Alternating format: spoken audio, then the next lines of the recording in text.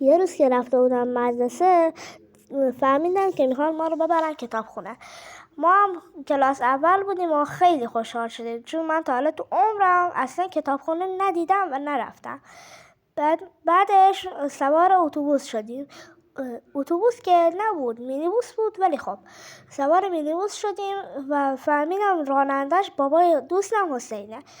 بعد ما رو برد کتابخونه و برگشتیم و نه هیچی بهمون دادن. هر وقت هم میخواستیم یه کتابی رو برداریم میگفتم ور ندار، بعد اول پولشو بدی.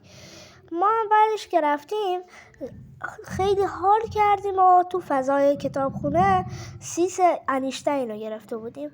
بعدش صدای چیه؟ یا امام حسین دارم بوم میزنن؟ خب ولش کن. بعدش که برگشتیم حسین دوستم به باباش گفت بابا میشه برای من و امیرحسین خوراکی از بوفه مدرسه بگیرید؟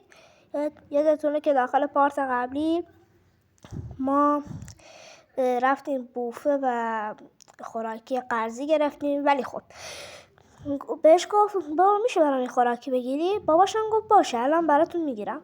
بعدش که رفت داخل بوفه دید یکی که بدون کفشه و دمپایی اومده، یکی که اصلا دمپایی نداره، یکی که اصلا جورابم نداره، یکی که اصلا پا هم نداره. پشمای بابای حسین ریخت.